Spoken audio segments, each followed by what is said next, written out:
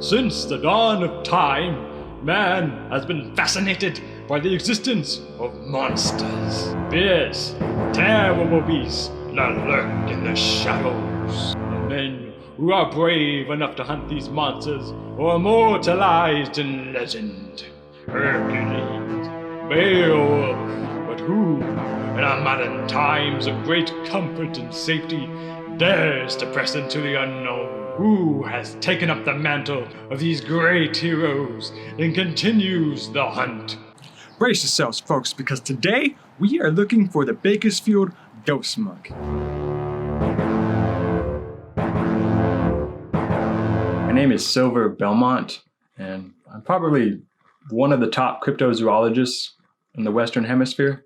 Cryptozoology is the study of animals that haven't scientifically been proven to actually exist. Some of the most infamous cryptids, which we like to call them, are Bigfoot and the Loch Ness Monster. So why is it that you're known as the bad boy of cryptozoology? Well, in the cryptozoology field, there tends to be a lot of grifters or people who fake things, to get attention or make a name for themselves, or, just for fun. And a lot of my fellow cryptozoologists, they don't really like to call that stuff out because they think it makes us all look bad. But me, no, I take this seriously. I'm not afraid to say something is bull when it's bull. Take the lizard crab of Maine, for example. Like, obviously, that's someone's child in a Halloween costume. I don't really like calling myself the bad boy, because I know what people are saying, like, how can it be a bad boy if he's, a redhead? But it's because of that infamy that I get a lot of house calls. Like, when people have an animal problem and they're let down by animal control and all that, they come to me. No, I'm not mad. We're here in a house that's being plagued by a basset hopper, a large insect that, for some reason, is just in love with things breaking. So we're trying to lure it out in hopes that we may be able to relocate it. I think it may have been drawn here because the couple seems to be going through a divorce. If you can see me, then your camera must be pretty good because it is very dark in here. Today, we're dealing with a shy lotus shrew, which is a nocturnal animal which is deathly afraid of any artificial light. So we have to use candles in hopes that we can spot this thing. How do you know that?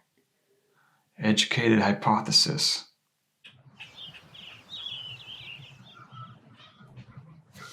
Surprise! It was me all along. So when I'm not doing house calls, what I like to do is come out and do some stakeouts of places where there's been some possible sightings of cryptids. One of the hardest parts about being a disabled cryptozoologist is that cryptids tend to avoid paved areas, which is kind of my specialty, but I make it work.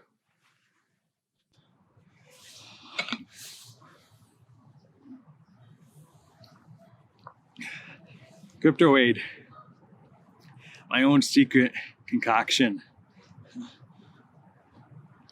Instant coffee and ginger ale, patent pending.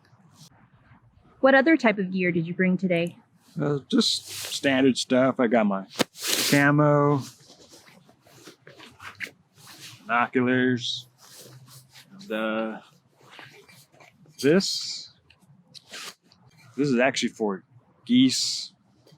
They can be kind of aggressive here. I've had a couple run-ins with them.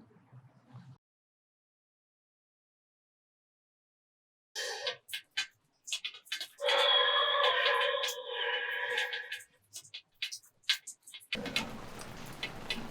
can't get anything out of it. But I just come here every morning and just hello. Hopes that maybe one day, I can make some beautiful music.